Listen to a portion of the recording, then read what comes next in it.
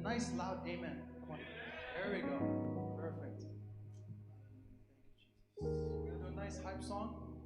We're gonna dance. We're gonna be free. Amen. That's not. Come on, guys. I need a louder amens in this. Come on. Amen, everyone. Come on. Let's clap our hands.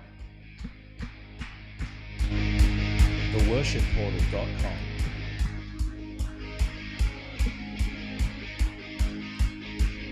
Goodbye yesterday, I'm living in the light of a new day. I won't waste another minute in my old ways.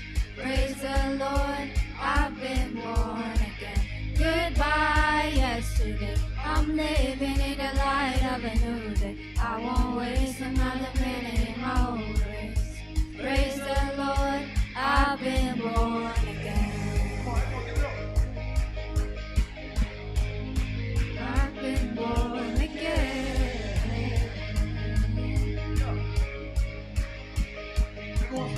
Again and again and again and again. You rescued me out of the mess I was in. You traded my sorrow for something to see. Now I'm dancing on the grave that I once lived in. Goodbye yesterday, I'm living in the light of a new day. I won't waste another minute in my own grace.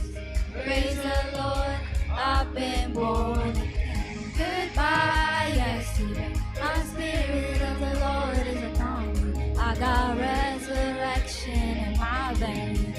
Praise the Lord, I've been born again and again and again and again. You rescued me out of the mess I was in. You traded my sorrow for something to sing. Now I'm dancing on a grave that I once lived in. Again and again and again and again. You rescued me out of the mess I was in. You traded my sorrow for something to sing. Now I'm dancing on the grave that I once lived in.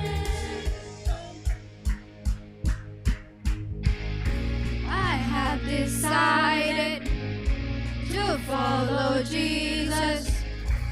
The world behind, the cross before, and I won't turn back.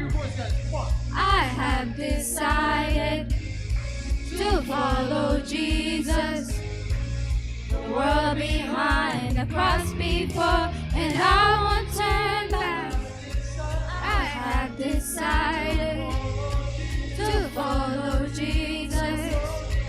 The world behind, the cross before, and I won't turn back.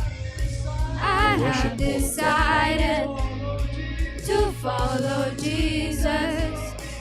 The world behind, the cross before, and I won't turn back. I won't turn back, and I won't turn back. The world behind, the cross before, and I won't turn back. I won't turn back. I won't turn back. The world behind, the cross before, and I won't turn back. And again and again and again, you rescued me out of the mess I was in. You traded my sorrow for something to sing. Now I'm dancing on a grave that I once lived in. Again and again and again and again, you rescued me out of the mess I was in. You traded my sorrow for something to sing. Now I'm dancing on a grave that I once lived in.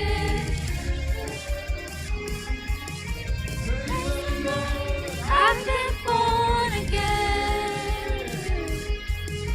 Praise the Lord, I've been born again. I'm dancing on the grave that I once lived in. theworshipportal.com. I'm dancing on a grave that I once lived in. I'm dancing on a grave that I once lived in. I'm dancing on the grave that I once lived in. I'm dancing on the grave that I once lived in. That I once lived in.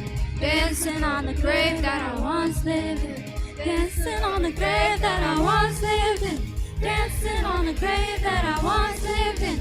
Dancing on the grave that I once lived in. Praise the Lord,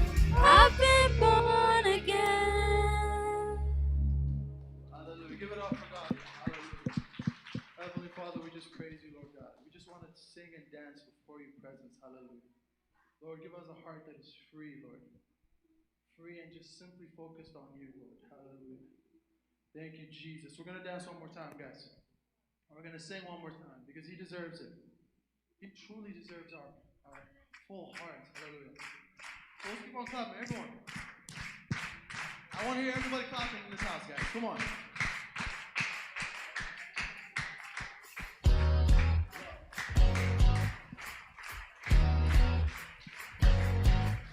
Now I'm free. Sin was stained on me, and shame was running deep. Your blood was shed on Calgary.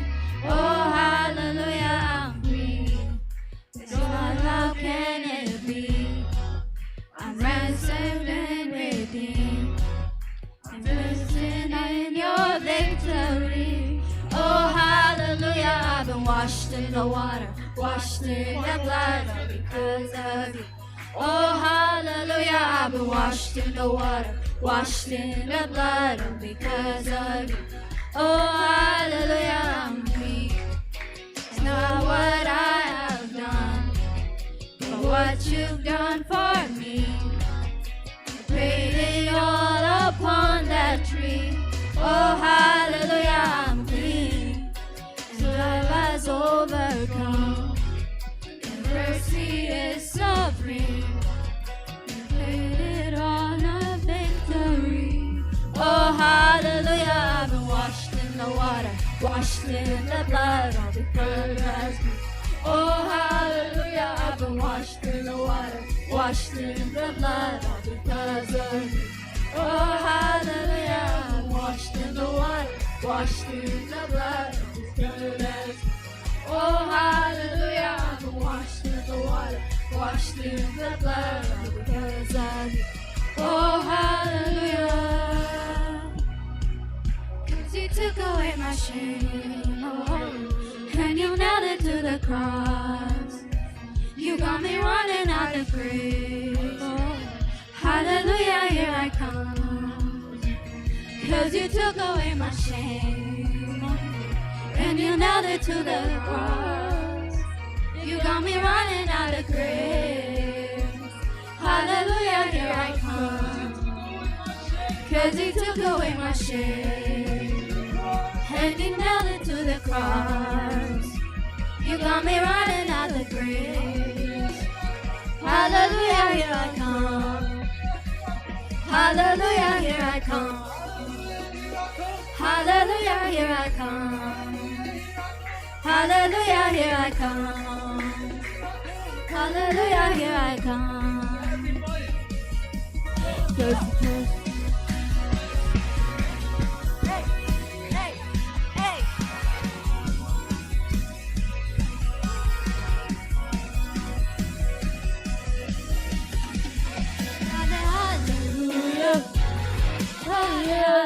Hallelujah. Hallelujah.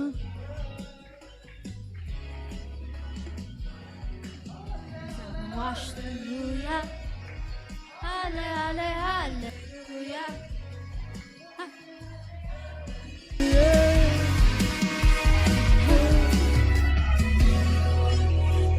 Washed in the water, washed in the blood, all because oh, hallelujah, I've been washed in the water, washed in the blood, all because of you. Oh, hallelujah. Lord, we're only clean because you chose to make us clean through your blood. Hallelujah. We give you praise, Father God. We glorify your mighty name. We just can't thank you enough, Father God, for your love, for what you've done, for cleansing us. Hallelujah. Thank you, Jesus. We give you praise, Father God. Hallelujah. Thank you, Jesus.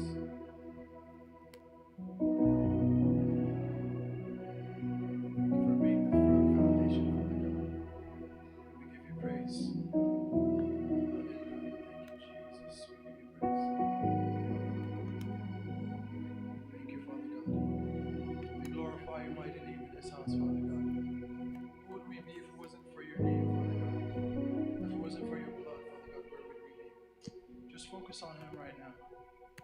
thank Him in your heart.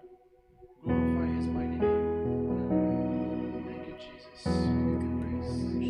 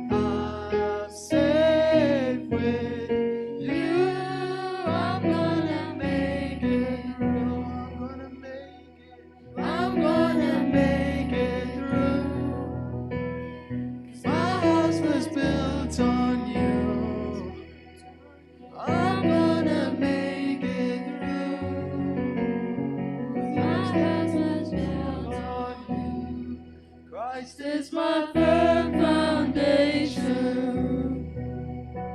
the rock on which I stand when everything around me is shaking.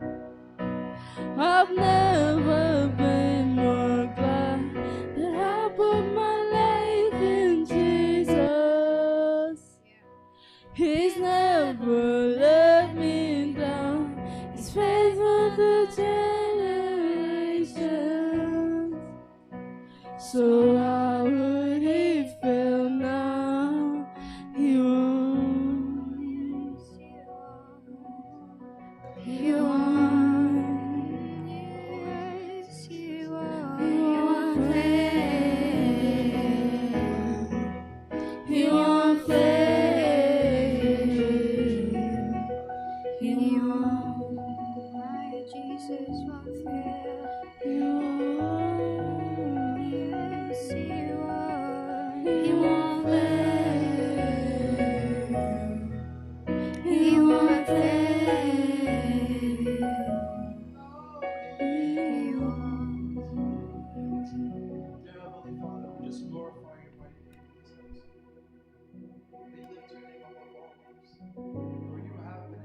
Jesus in firm foundation. When everything seemed hopeless, when everything seemed to go wrong, Father God, you are always there, always present, always beside us, Father God. Your love knows no bounds, Father God. And your mercies are everlasting. We glorify your mighty name in this house. If not for you, Father God, we wouldn't be gathered in this place. And we want you to continue to be the center of all that we do. In Jesus' mighty name. Everybody said, amen. Let's give it up for God, everybody. You guys will feel free to go back to your seats now. Thank you so much for your worship.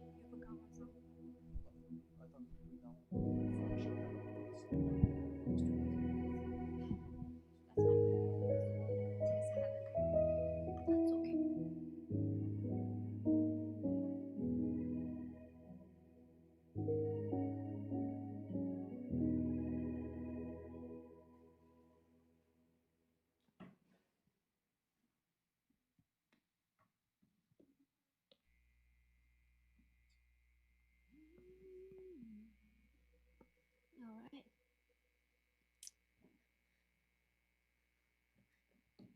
Hello everyone. Welcome to Peniel Church. Welcome to our yearly youth conference. This is our 4th annual conference that we have for our youth and young adults. Before I introduce our service today, I'm going to get everyone to stand for the next couple seconds as well. I want you to high five to 5 people around you. Introduce your names, talk to them, ask them how their summer been. I see some people not getting up. Give it up to 5 people.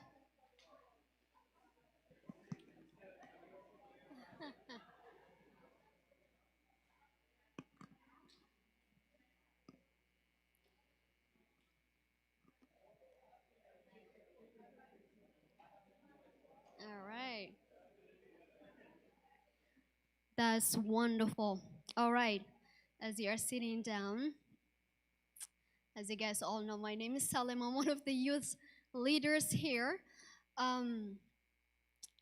Before I introduce our guest speaker for tonight, I'm going to talk about what is happening tonight.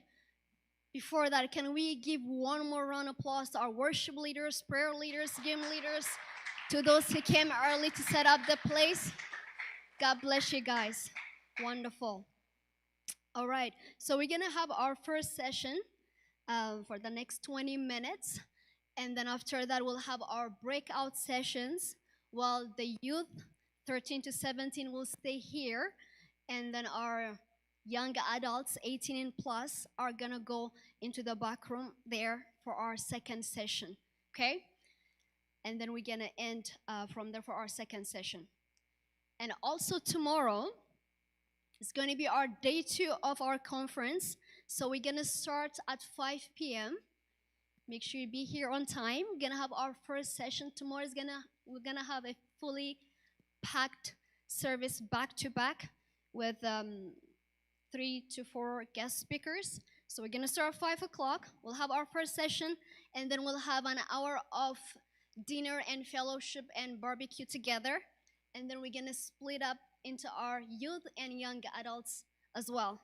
Are you guys following? Yeah? Wonderful. And then the last but not least, on Sunday, we'll have only one service at 10 a.m. It's going to be at a different location, which you guys already know. It's in the northeast. For that 10 a.m. service, as you guys coming in, you guys are going to be seated with your friends or with your family, parents as well. And then we're going to have a great time. How many of you are excited? All right. Okay, wonderful.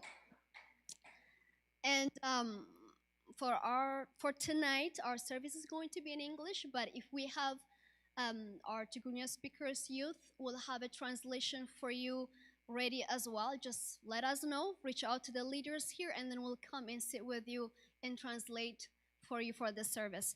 But for tomorrow, Saturday, and for Sunday, we'll have Tigrinya and English service going back to back, and then we'll have, for the English speakers, we'll have Tigrinya translators as well. We're good? All right, without further ado, let me introduce our guest speaker for tonight. He is Pastor David Groove. He is from Center Street Church. He is the Director of Youth Ministries at the Center Street Church in the Burspa location. And he enjoys reading, following hockey, football, and baseball, and running through his neighborhood, walking his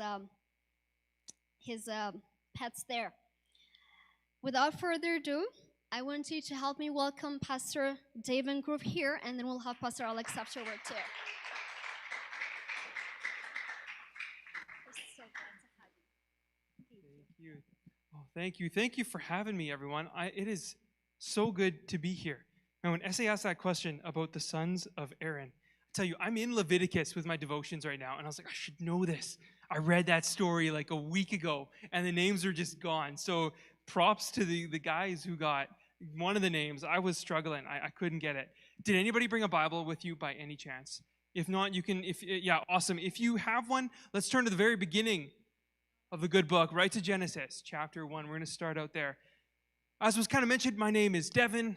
I work at Center Street Church in youth ministries and have a great time there.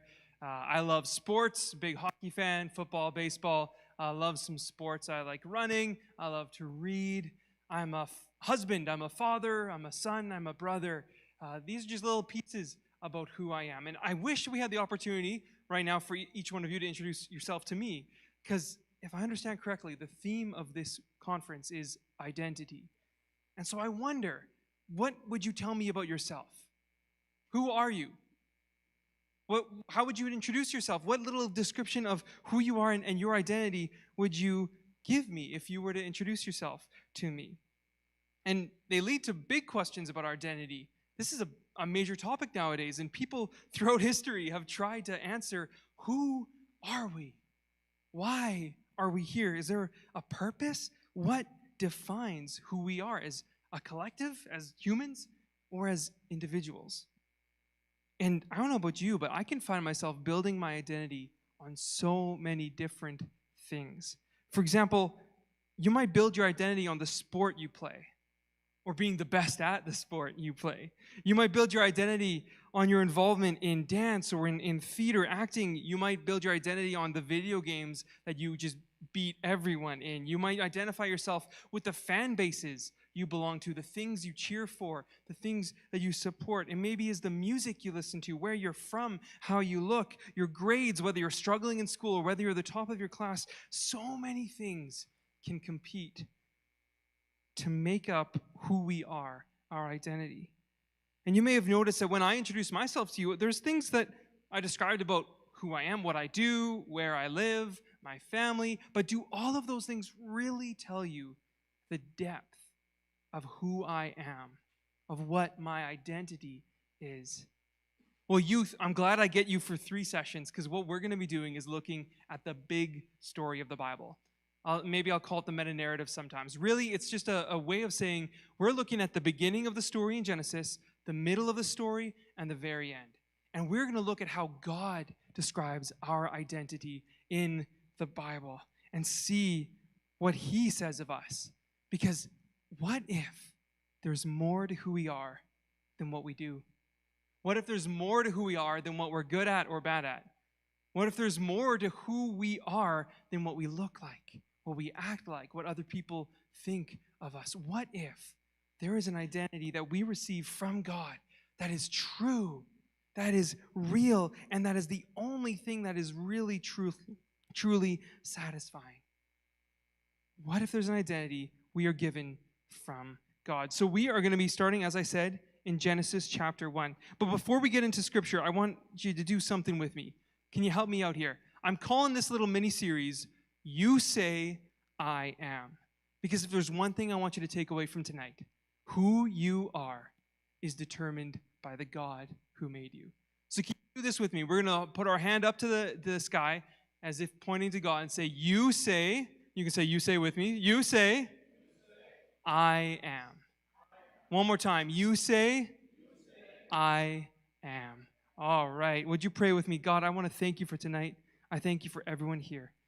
Lord, as we open your word, would you speak to us? Would you show us who we are? Would you help us to ground our identities in who you made us to be? In your name we pray, Lord. Amen. Amen. Well, we're going to get into Genesis chapter 1. And before we dive in, I just want to recognize some of you might be here and you're like, I don't know about this whole Christianity thing. I don't really know about this whole Bible, whether I can trust what it says. And if that's you, maybe you have questions. Maybe you're just on the fence. I'm really glad you're here. I'm so glad you're here.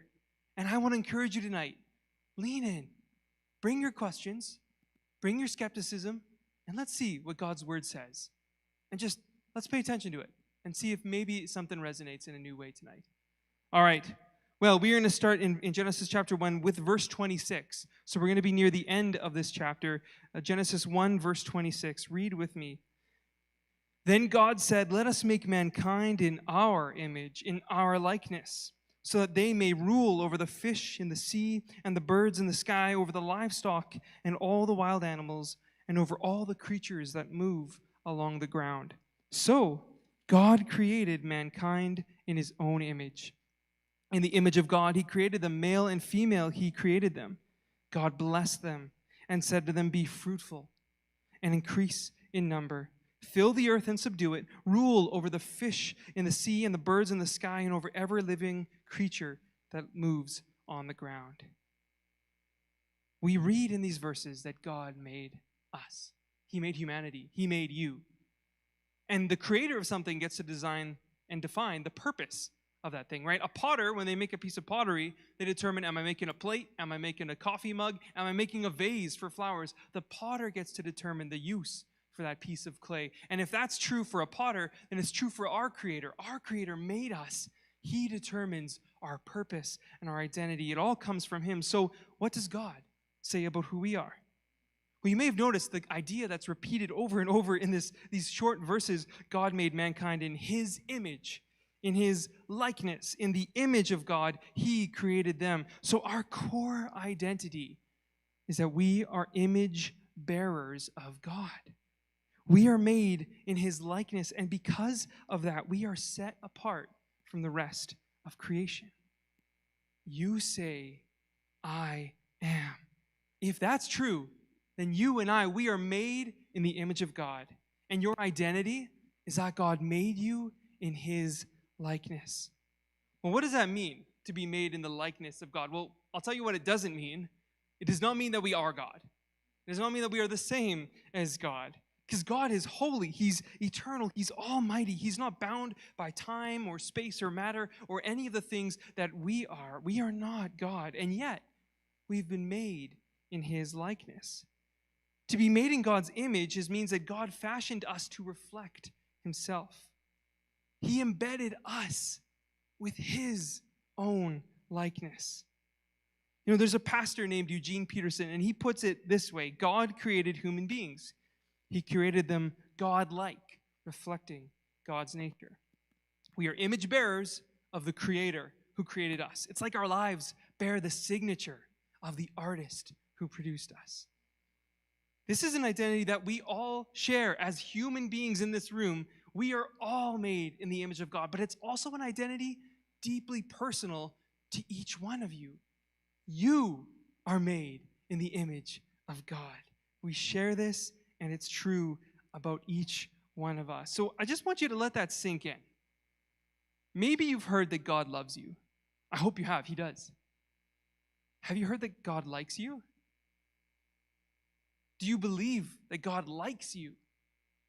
That when he sees you, when he looks at you, he's looking at his precious creation. 2 months ago, our daughter was born. And when I look at my little daughter, like, man, the feeling of just joy and delight that I get like looking at this little life that I had a part in making. This is my daughter. I look at her with love, but more than I deeply like her. God looks at you. You're his child. You're his image bearer. I think he likes what he sees because he sees the image of himself that he gave you. Well, God gives us an identity. We're his image bearers. He also gives us a purpose. We have dominion over creation, and really that just means we get to take care of all that God has created. We're trusted to look after the earth and the animals and everything. We are given a purpose with our identity. So what we learn at the very beginning of the Bible is our identity comes from God. You say, I am made in God's image. This identity is inseparable from God, our Creator. We cannot have that identity apart from Him. It comes from Him. And living in this identity, living with God in this kind of relationship, it's paradise for Adam and Eve. Let's jump ahead. We're going to read verses 8 and 9 of chapter 2. Genesis chapter 2, start in verse 8 here. And then we're going to jump down to verse 15 later. So now the Lord God planted a garden in the east in Eden, and there He put the man He had formed. The Lord God made all kinds of trees grow out of the ground, trees that were pleasing to the eye and good for food. In the middle of the garden were the tree of life and the tree of the knowledge of good and evil. And then jump down to verse 15. The Lord God took the man and put him in the Garden of Eden to work it and take care of it. And the Lord God commanded the man, you are free to eat from any tree in the garden, but you must not eat from the tree of the knowledge of good and evil, for when you eat from it, you will certainly die. God placed His image bearers in literal paradise, the Garden of Eden. They had everything ready for them. They were living in relationship with each other, with God, the animals. Nothing was trying to kill them like bears and lions. They weren't worried about that. They were in paradise. And God said, you can eat from every tree. It's all yours. Well, everyone except one, the tree of the knowledge of good and evil. Why is this commandment given? Why is God putting this tree out of bounds if everything else is theirs for the taking? Why doesn't God want them to know the difference between good and evil? If they're supposed to rule over creation, they kind of need to know that, right?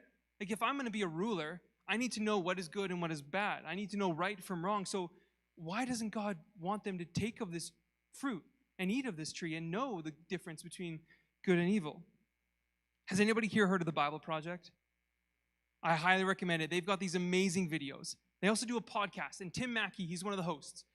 And he comments on this passage and this question of, God, why don't you want them to know about good and evil?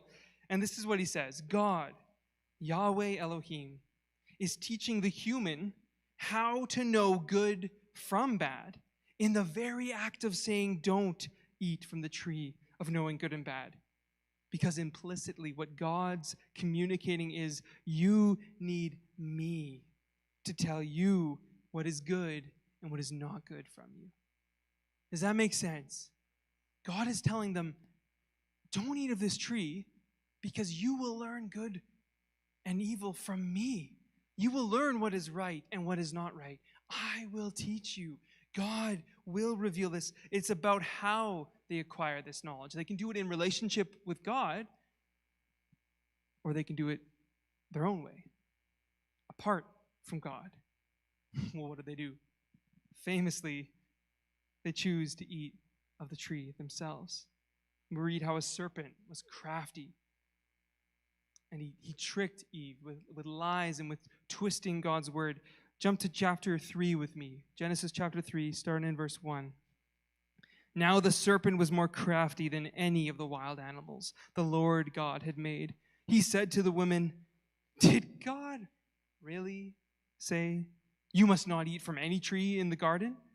The woman said to the serpent, well, we may eat from fruit from the trees in the garden, but God did say you must not eat fruit from the tree that is in the middle of the garden, and you must not touch it or you will die. You will not certainly die, the serpent said to the woman, for God knows that when you eat from it, your eyes will be opened, and you will be like God, knowing good and evil. Now, let's just take a step back. We've been talking about identity, talking about our identity coming from God. We've been talking about the things that maybe compete for our identity. Have you ever experienced an identity crisis where you don't know who you are, or where who you are has been put into question? I think that this is an identity crisis. God already made Adam and Eve in His image. And yet what the serpent tells them is, eat the fruit, then you will be like God. He's putting their identity in question.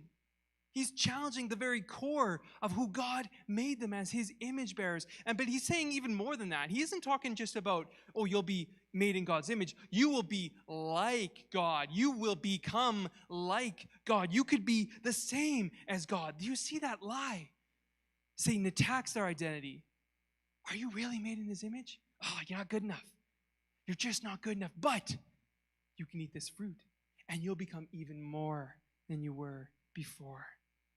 He sells them on a lie. He promises them something that he can't deliver on. And he tells them they can be the same as God. But we already know we are not the same as God. God is God. We are not. You see, this is what the devil does. This is what our enemy does. He takes our God-given identity and he just distorts it.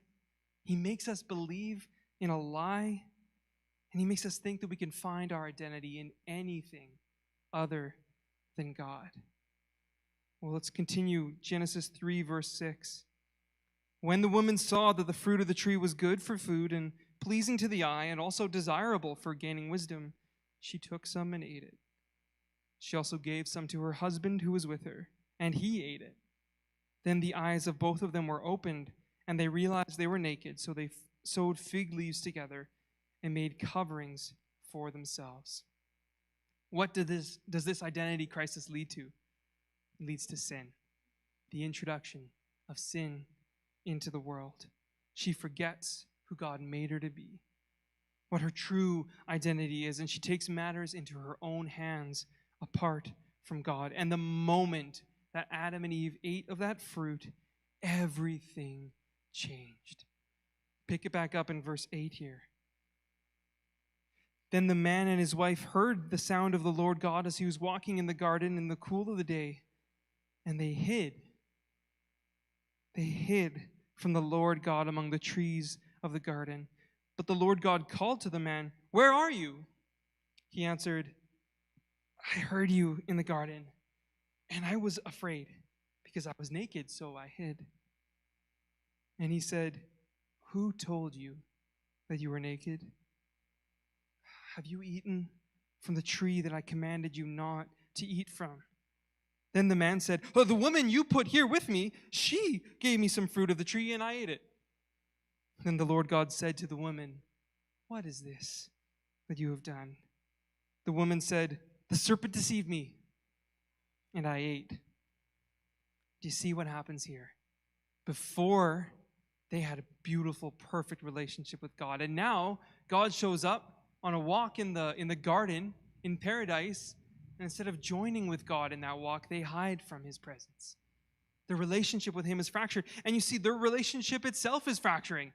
When Adam is confronted with what he's done with his sin, he just passes the blame to Eve. Like, you gave her to me, she gave me the fruit, so really take it up with her. Like, dude, their relationship, once perfect, is now broken. Their relationship with creation is now broken. As we read later in these verses, because of their nakedness, an animal dies. It's the first death of a living creature.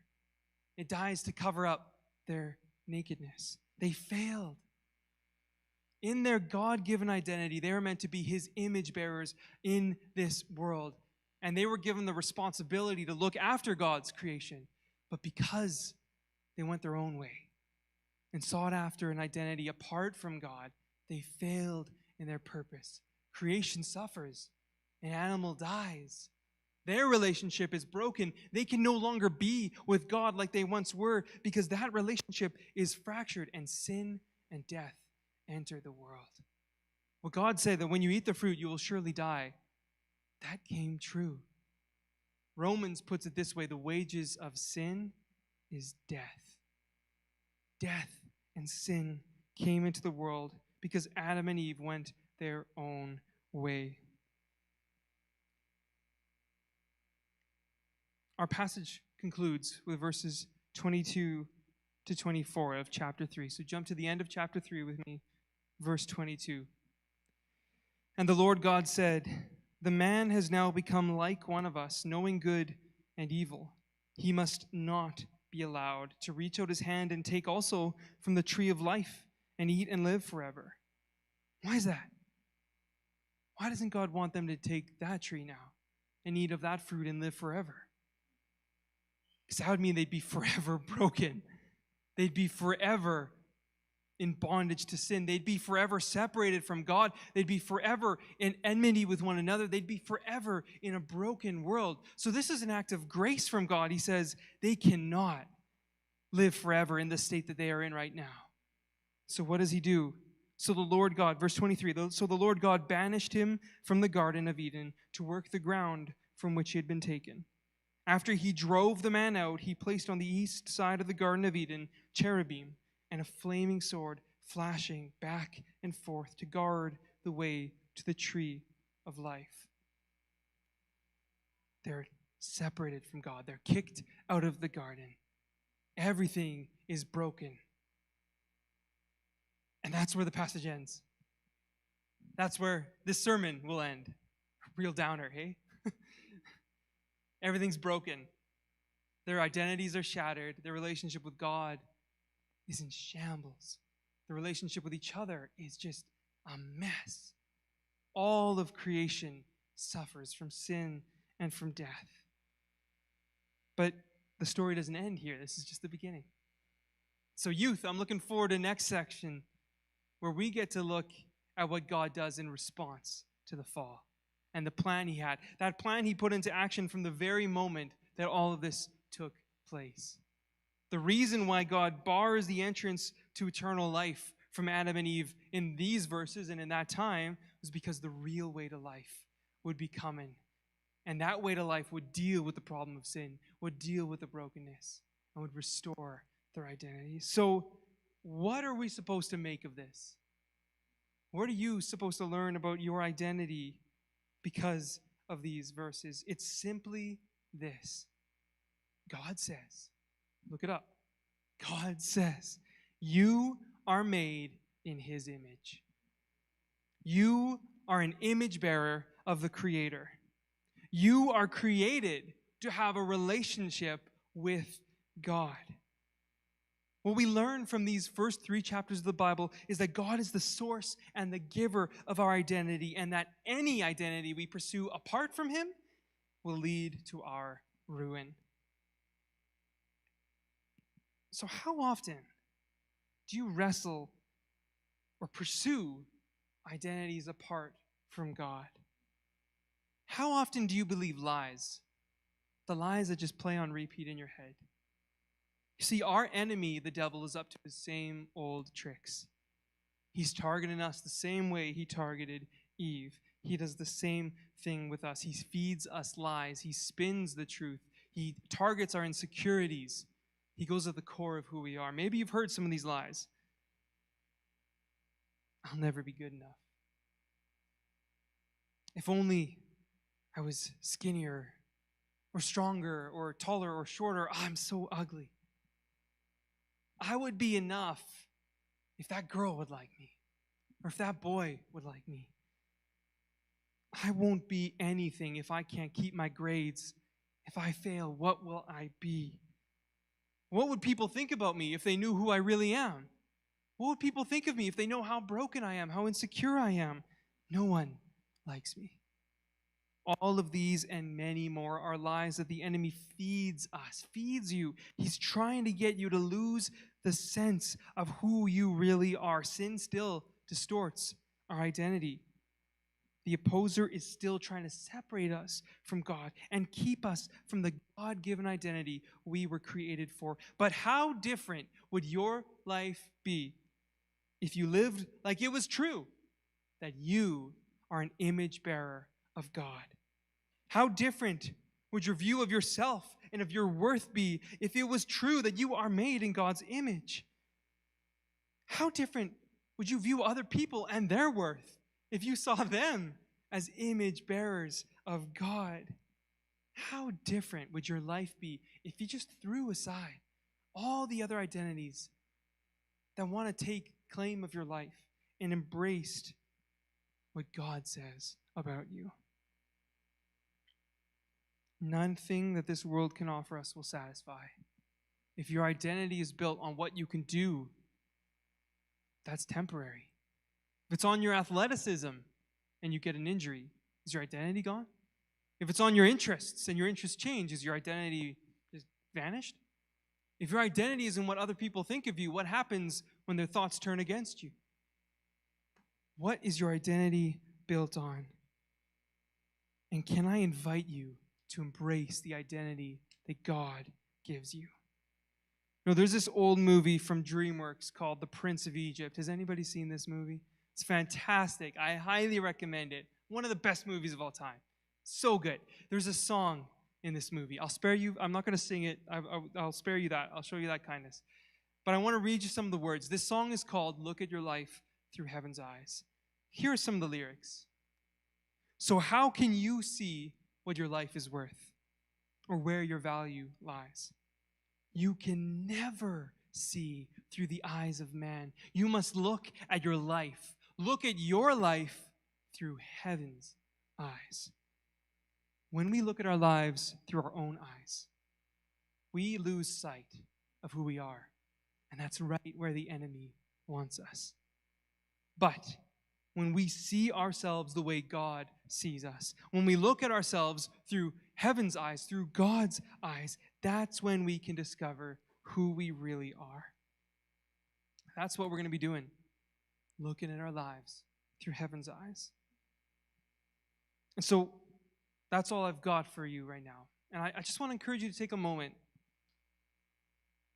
and just in your own mind, in your own one-on-one with God, ask him these questions. God, what lies am I believing about myself? What lies am I believing about my worth, about my identity, about who I am? So take a moment, ask God, what lies am I believing right now?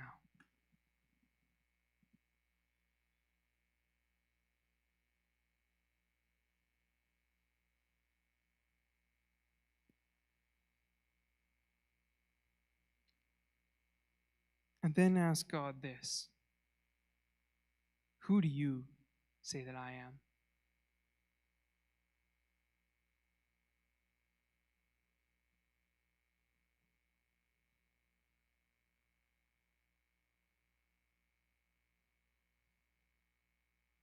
Would you pray with me? God, you are our maker. You created us. And we believe your word that it says we are made in your image. Now, when you made us, we're not a mistake. We're not an accident. You made us with intention and with purpose, and you delight in us. And God, we recognize the ways that we've gone our own way, like Adam and Eve. We've tried to live life apart from you, or we've tried to do our own thing instead of the thing that you have for us. And so, God, we just come before you. And we lay down everything we've been chasing. God, we choose you. And God, if there are lies that came to mind in this room, I pray that you will shatter them in your name. Would you release everyone here from the bondage of lies and the burdens they're bearing, the things about themselves, the insecurities, that comment that they just can't get out of their head, the way that they've been made to feel, that experience. Lord, I pray that you will give them freedom. And help us, God, help us to see who we are in your sight. Help us to embrace who you say we are. It's in your holy name we pray. Amen. Amen. Well, that is our first part, looking at the beginning, and that's all we have for right now. Youth, we're going to look at the middle of the story and the end of the story later, so there's some good news coming, don't worry. And young adults, I'm really excited for what Alex has in store for you. But thank you for your time, everyone.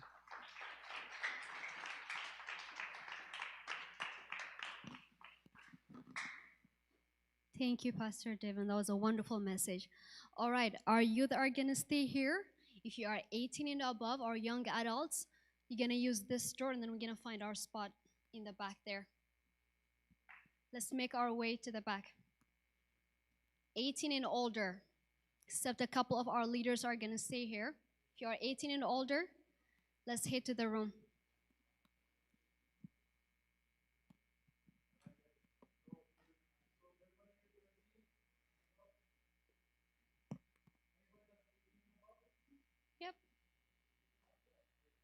Wonderful.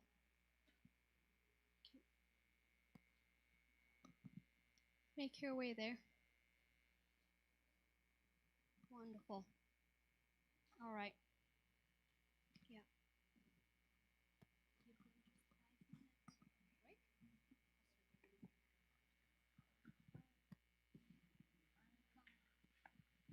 All right, everybody. So we'll be having just a 5-minute break here before we go into our next session.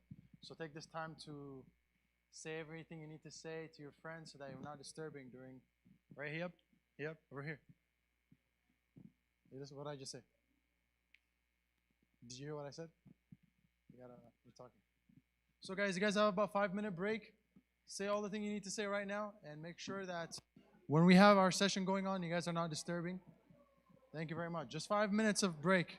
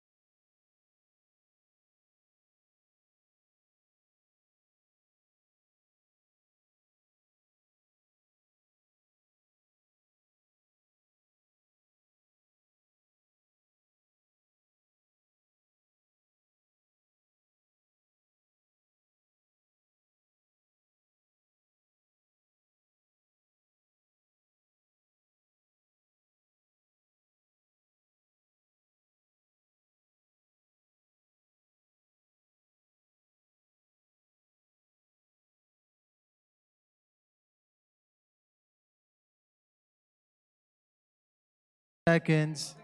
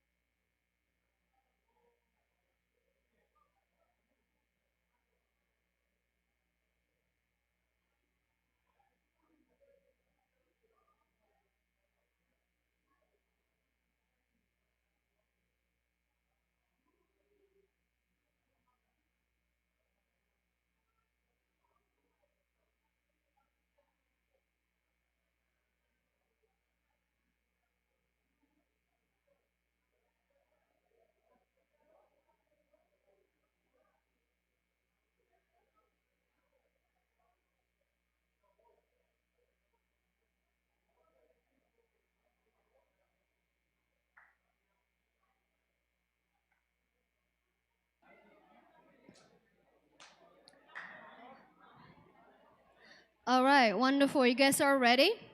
Okay, this is what we're gonna do before I invite Pastor Devin again one more time. We're gonna move one row up. Okay. Just come to the front. One row up. Unless you guys do that, we're not gonna start. Come on. Thank you, thank you, thank you. That's wonderful. All right.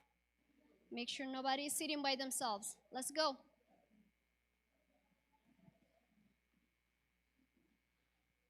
Okay. Guys are ready? Thank you, Mahalet. Okay. We're gonna lock in. We're ready? Walk us to the Word of God. Amazing. All right.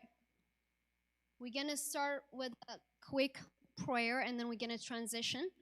So I'm gonna call Heron up here. She's gonna do a quick prayer for us and then we're gonna go straight to the Word of God. Amen.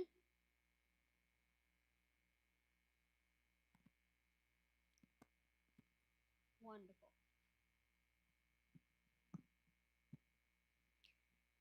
Heavenly Father, thank you for gathering us here today. We pray for those who aren't able to make it, Father God, that your Spirit just continues to stay in their hearts and that theirs with yours, Father Lord.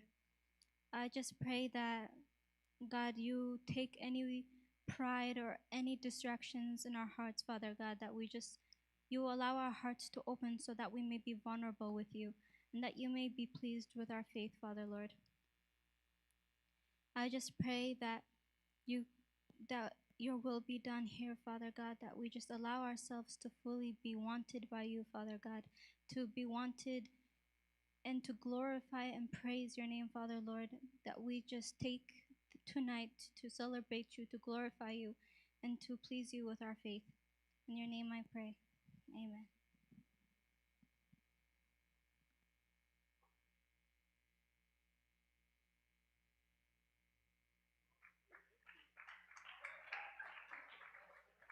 I love it. Thanks for praying for us. Amazing. Can you remind me, do we have two 15-minute sessions? Is that right? Or are we doing just one big one? Till 8:50? Okay, sweet. Oh, yeah, that's awesome. Okay, we're going to try and do two for you. Like I said, we're starting at the beginning last session. We're at the middle of the story now. So if you have a Bible with you, let's turn to 2 Corinthians chapter 5. 2 Corinthians. If you're looking for it, go to the New Testament. Matthew, Mark, Luke, John, Acts, Romans. You got 1 Corinthians and then 2 Corinthians. That's the one we are looking for. Once you're in 2 Corinthians, looking for chapter 5.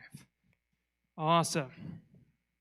Well, while you're turning there, we'll briefly summarize. We were talking about our identity. We are made in God's image, but there was a problem. That identity got broken. Sin was the interruption. Adam and Eve chose their own way. It was not a pretty picture. But thankfully, the story doesn't end there. It's only the beginning. And as we move through the Bible, we see that God does something that changes everything, that reverses the curse of the fall. This turning point is Jesus, his death and his resurrection. Everything changes because of Christ. And to understand how everything changes, we're going to look at 2 Corinthians chapter 5. where Paul he does a fantastic job of breaking down how Christ solved the problem of sin and how our identity is restored and now rooted in him. So we're going to begin. Is everybody in 2 Corinthians 5? Does anybody need more time? We're there? Fantastic. Say, we're going to look for verse 16, 2 Corinthians 5, verse 16. So from now on, we regard no one from a worldly point of view. Though once we regarded Christ in this way, we do so no longer. Well, right off the bat, Paul is making it clear that we no longer look at things or view others from an earthly perspective. Remember, we were just talking about using our human eyes, the eyes of man versus the eyes of God through heaven's eyes. So we're learning that, okay, we can't see things for the way they really are by using our earthly and worldly and temporary perspective. There's something deeper to who we are and what our identity is rooted in. See, it's only when we see ourselves the way God sees us that we can truly know who we are. So, what should we see when we see ourselves through the light of Christ and his eyes? Let's keep reading in verse 17. Therefore, if anyone is in Christ, the new creation has come. The old is gone, the new is here. Did you catch that? We are new creations in Christ. Genesis 1 was the first creation. We're made in God's image. But with that broken, something had to be fixed and repaired in Christ. Paul says we are new creations. The old is gone. The new has come. The sin that once defined us, the mistakes we've made, Christ has dealt with them. Maybe you've wrestled with some of them. The things you do that when you're like lying in bed at like 2 a.m. trying to sleep and like they just play, I don't know if you do any of you get that? Like that rerun reel of all of your worst moments? Oh, I hate that. Yeah. Or maybe those nagging mistakes you've made that you just don't want anybody to know about. These things that can just anchor down, weigh us down, take us and take our shift and our eyes off of God. They just make us so heavy and weighted in sin. Something has changed now because Christ has come on the scene. He has changed everything. Christ came, he died, he rose again. He brought new creation with him. We're no longer defined by the sins we've committed. We're no longer defined by the temptations we keep giving into or the things we feel compelled to do according to sin. No, our identity is that we are made new in Christ. But of course, Satan doesn't want us to believe this. He wants us to still believe his venomous lies, that we're defined by our sins, by our failures, or by the temporary things of this world. So we must hold fast to who God says we are, because the enemy, is raging against us. Well, who are we? In 2 Corinthians 5:17, God is telling us what our God-given identity in Christ is. God, you say, I am a new creation. Let's keep reading. Pick it back up in verse 18. All this is from God, who reconciled us to himself through Christ and gave us the ministry of reconciliation. That God was reconciling the world to himself in Christ, not counting people's sins against them. And he has committed to us the message of reconciliation. We are therefore Christ's ambassadors, as though God were making his appeal through us. We implore you on Christ's behalf, be reconciled to God. Well, as we notice in Genesis chapter 1, when God creates, he gives identity and purpose. In Genesis 1, it was image bearers of God. And the purpose was rule creation. Look after what God has made. In this passage, we learn that as we are made new creations, we're given a new purpose. We are given the purpose to represent God in the world. Paul calls this the message of reconciliation. Reconciliation is making things right. Like when who has siblings in the room? Okay? Do you ever fight with your siblings, or are you guys like perfect? Yeah, okay, if you are, we need to do a case study, because I have siblings, and man, we fought. Yeah, it's what siblings do. But eventually you make up. Eventually you forgive each other. Eventually one of you says, I'm sorry, I was wrong. Can you forgive me? That's kind of what reconciliation is. It's making the relationship right again. We are told that we are given this mission to help make things right again in the world. But we can't lose sight of this. It's not by our own works that we make things right. We were made right with God. Our sin was dealt with because of Christ. And it's still Christ who's the one that brings about reconciliation. We're just his ambassadors. We are on mission for him. Jesus accomplished what we never could. We can't overcome our problem of sin, but he did. It's dealt with and it's done. He came to earth to pay the price for our sins. And he wants this for everyone.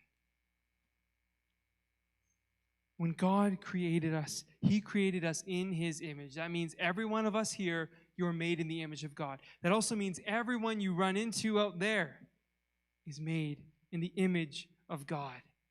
That nosy neighbor that gets on your nerves.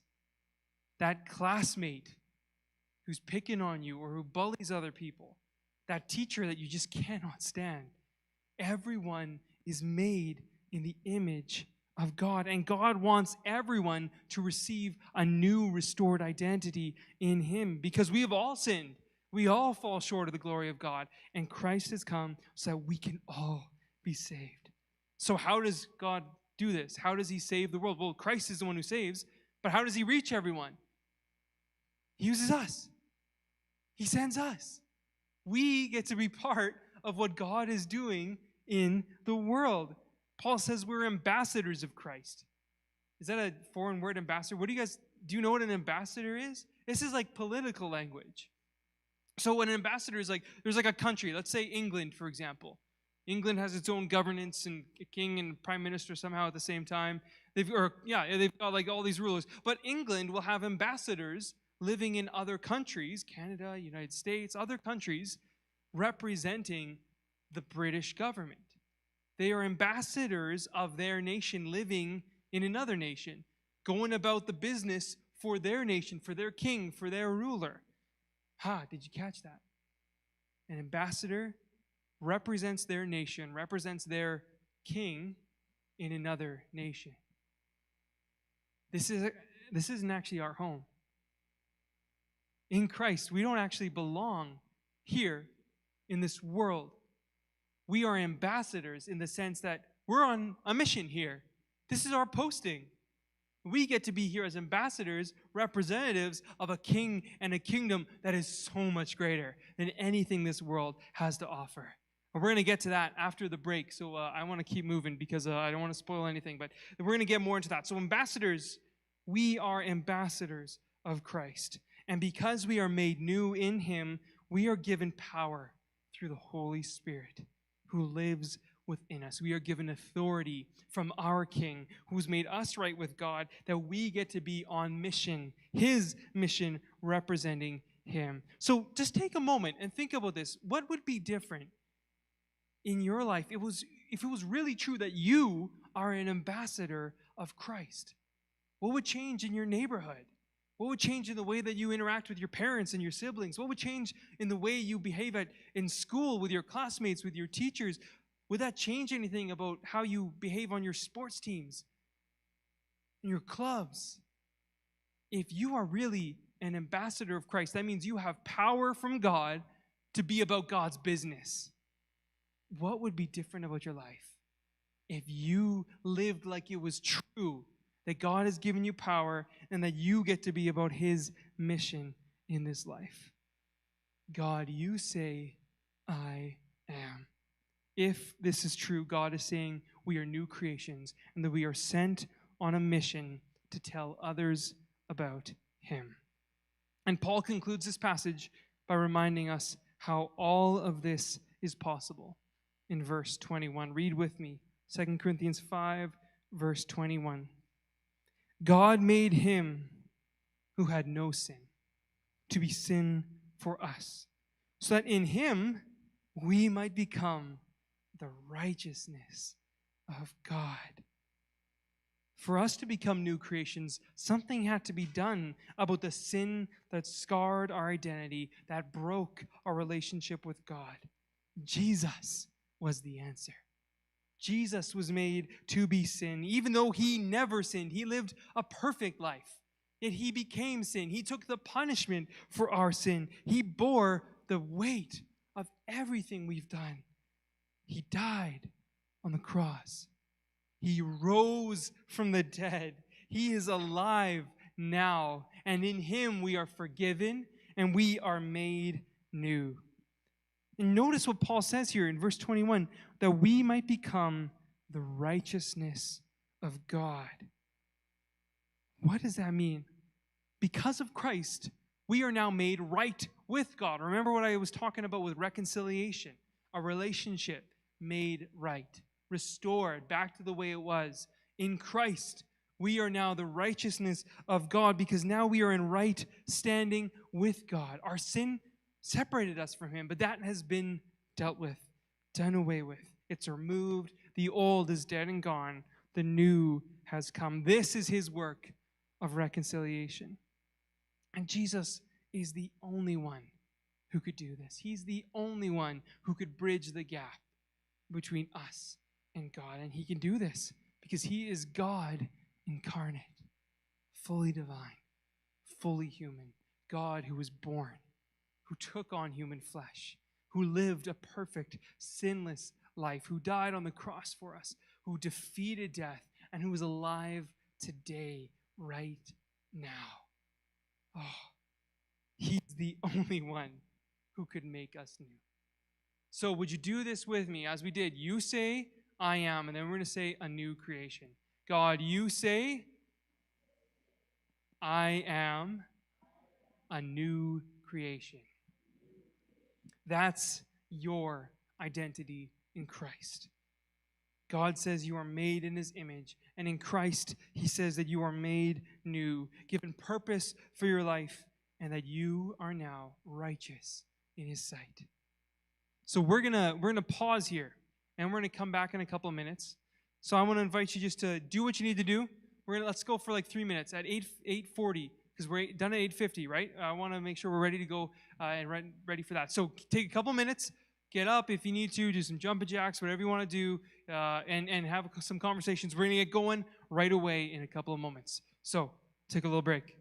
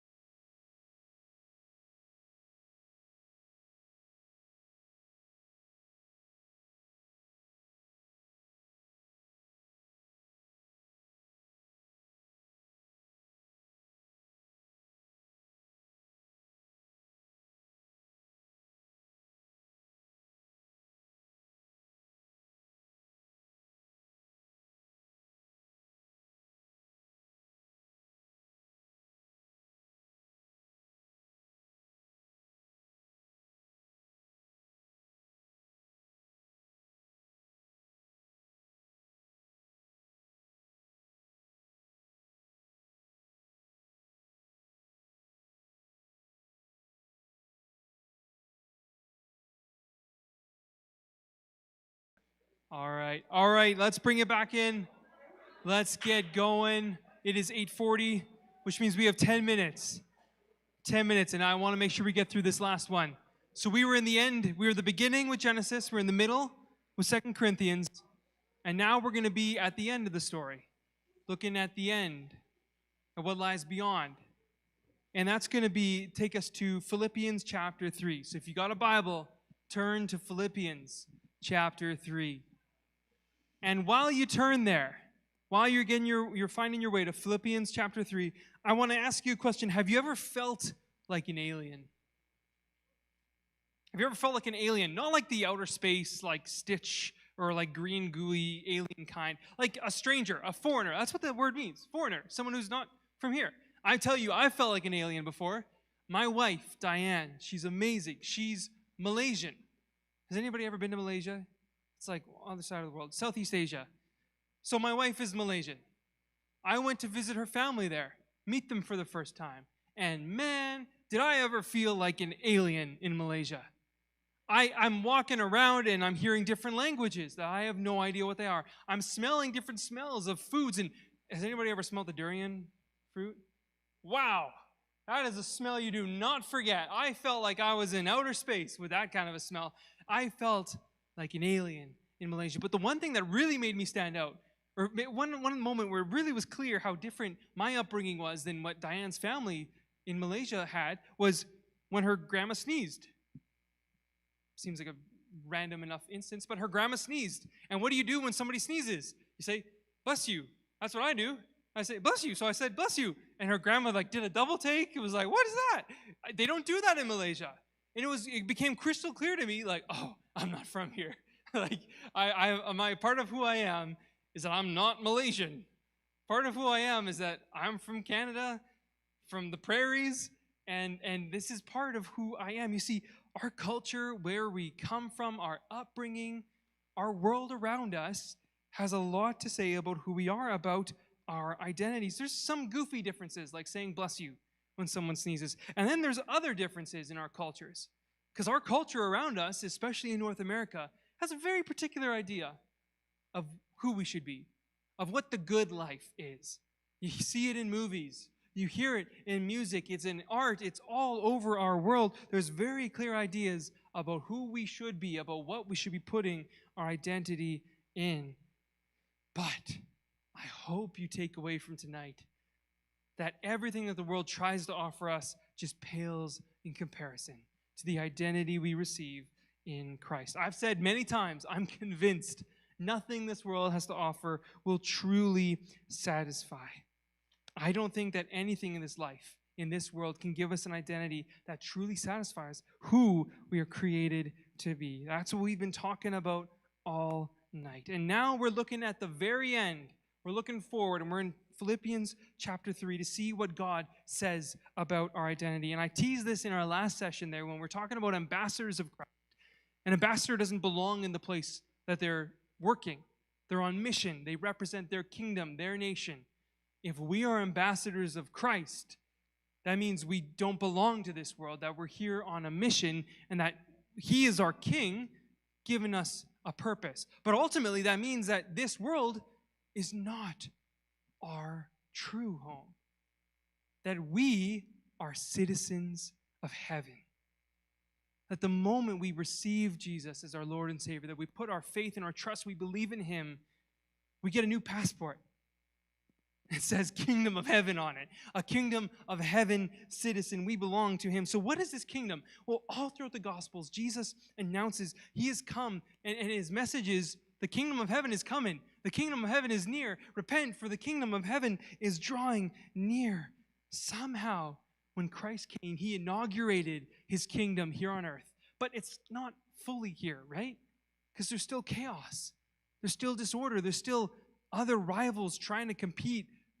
There's still people fighting. There's still wars. So we're not living in the totality of what that kingdom is. There's something coming, the fruition, the fullness of the kingdom. But we get to participate in it as Kingdom of Heaven citizens. And in the meantime, while we wait for the kingdom to truly come in all of its fullness, we have a mission. That mission of reconciliation. We're in the world, but we're not of it. So our identity cannot come from the world. Our identity must come from what our King says of us. Well, we're going to dive into Philippians chapter 3. Start in verse 17. Philippians 3:17. Join together in following my example, brothers and sisters. And just as you have us as a model, keep your eyes on those who live as we do. I think it's such a gift that Paul gives us this verse, and that he gave this encouragement to the Philippians. Because while we're here in this world, while we're here on this mission, it's so easy to forget that it's just a mission. It's so easy to forget that this is not all that there is eternity, that when we die, that's not the end. There's heaven and there's hell. There's eternity with God. And there's the burning lake of fire, of separation from God. This life is not all that there is. And I think Paul gives this reminder, this encouragement to the Philippians and to us, because he knows how easy it is to lose sight of our goal. And so he says, hey, keep your eyes on those who are living for Christ. Keep your eyes on those who are modeling what it means to be an ambassador of Christ in this world, so that you don't lose sight of your mission, so you can keep your eyes fixed on who you are and why you are here. Back into the text, we're going to jump in verse 18. For as I have often told you before, and now tell you again, even with tears, many live as enemies of the cross of Christ. Their destiny is destruction. Their God is their stomach. Their glory is in their shame. Their mind is set on earthly things. This is a tough passage to read. This passage says there are people who are living contrary to what God created us for. They're pursuing lives apart from Him. And Paul's heart for these people, his heart is broken. He's talking about them with tears in his eyes. Why? Because he knows what lies in store for them.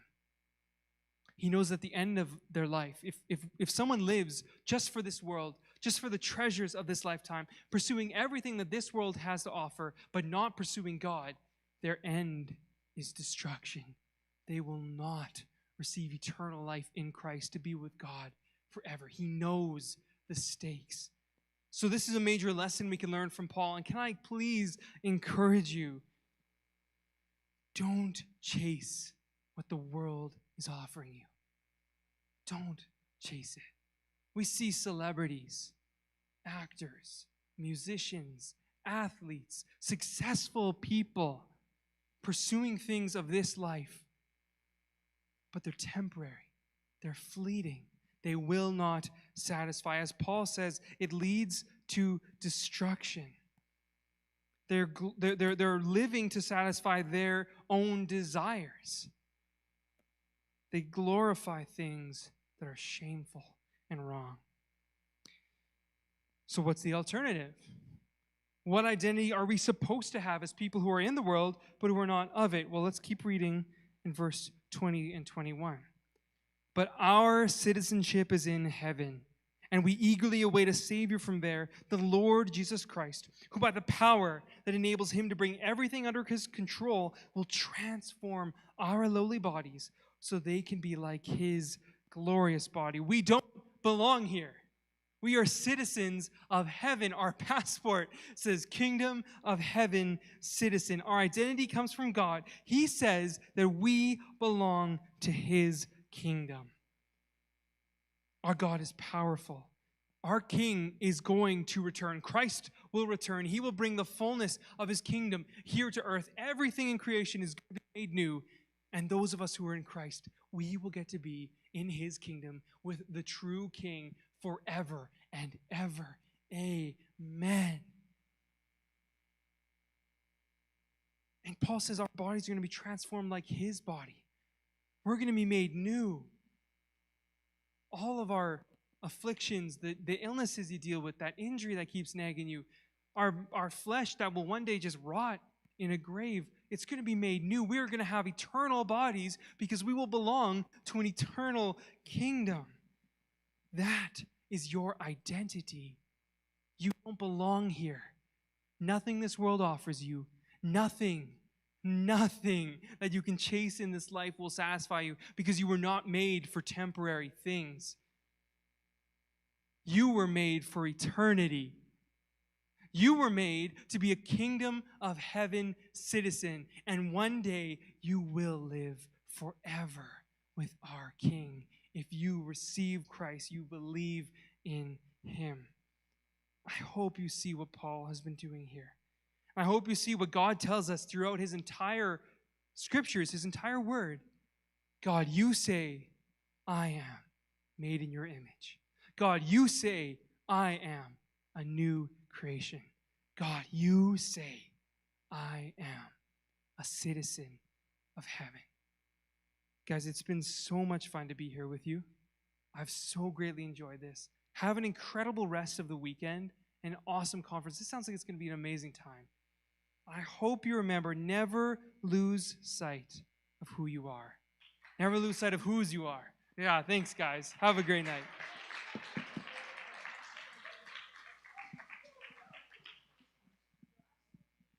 Let's give it up one more time for Pastor Devin. Thank you so much for your service. We appreciate it. So yeah, guys, let's just meditate on that and think about that, reflect on that, on our identity as we end our night here today. It's really important that you truly understand what God says about you, because that's where your identity is derived from. And the Bible says, just the verse that was coming to my head was, faith comes by hearing, and hearing by the word of God. The reason we have faith is because when we go into God's word, God's words declare who we are. And when we emphasize on that, our faith is strengthened.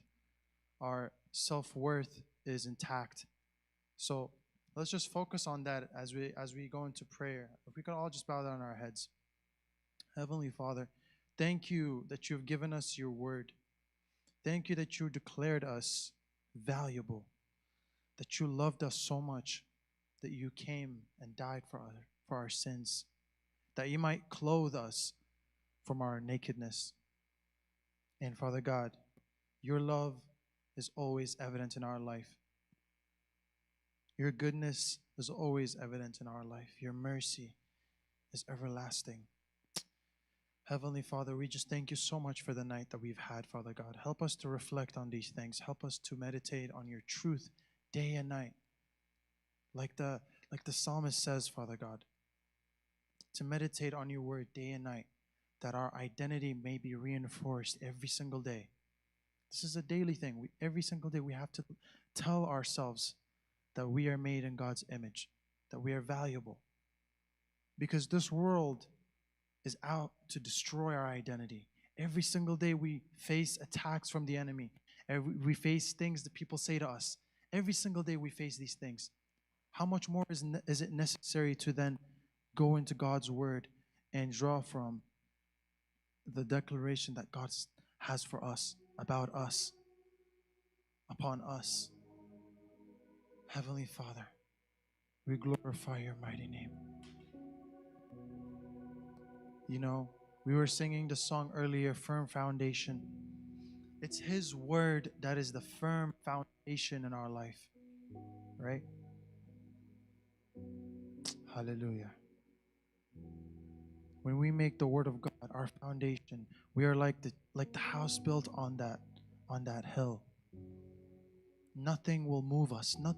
No attack of the enemy will wash us off because of how strong our identity is, how reinforced it is. So Heavenly Father, we just ask that, Lord God, every single lie of the enemy that we have adopted, that you break it in Jesus' name. Help us to adopt the identity that you give us through your word.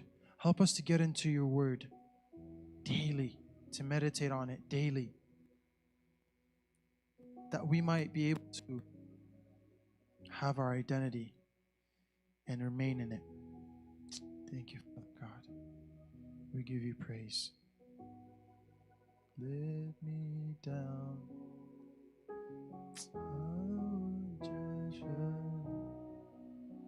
so why would he fail now? His word never fails. Hallelujah. He says, heaven and earth may pass away, but my word will not. Thank you, Father God. Can we just all sing the song one more time? We're going to declare the firm foundation that God is over our life. Hallelujah. Christ is my firm foundation, the rock on which I stand, when everything around me is shaking. I've never been more glad, 'cause I put my faith in Jesus. He's never let me down. He's faithful through generations. So why would he fail now? He won't.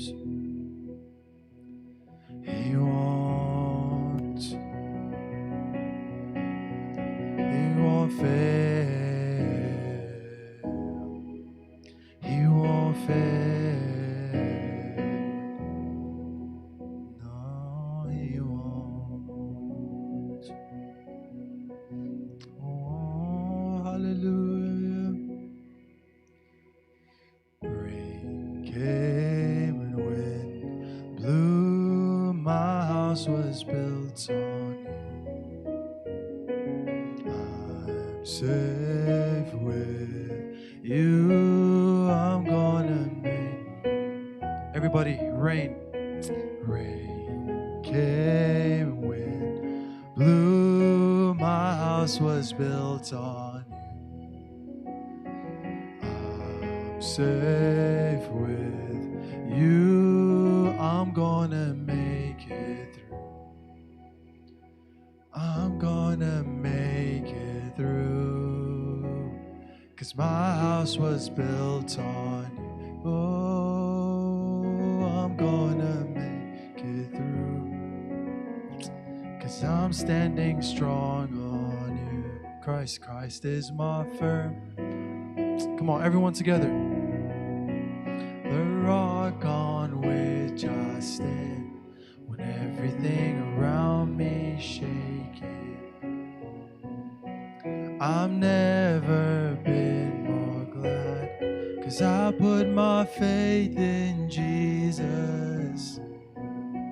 He'll never let me down. He's faithful in every season. So why would he fail now? He won't. You know, hard seasons are gonna come. Life, it will test you over and over again. But the more you keep close to you, what God says about you, the more you keep his word near you, the more you meditate on his truth about you, you'll be like an unshaken foundation, because he is your foundation. Amen. Can I hear an amen in this house? Hallelujah. Thank you, Jesus. Father God, thank you so much for this day. Thank you for all that you do. Thank you for your word that strengthens our soul when it feels weak. When we feel attacked, Lord, you're always there, always near. Thank you that your word is the foundation of our life, that we built our life on your word. And thank you that your word will never fail, and thus this foundation will never fall. We give you praise and we give you all the glory, for you deserve it. In Jesus' name, everybody said, amen. So just for tomorrow, a quick note. It starts at 5. So everybody be here by 5 p.m. We're going to start nice and early. And yeah, we're just going to go into this. We're going to do more discussions, more breakout sessions like this. Our theme is identity. So we want to strengthen your guys' identity, because especially your guys' age group is constantly attacked. Your identity is constantly attacked. So we want to strengthen that. And more importantly, God will strengthen that the more you trust him. So I bless you in the name of Jesus. Go in peace.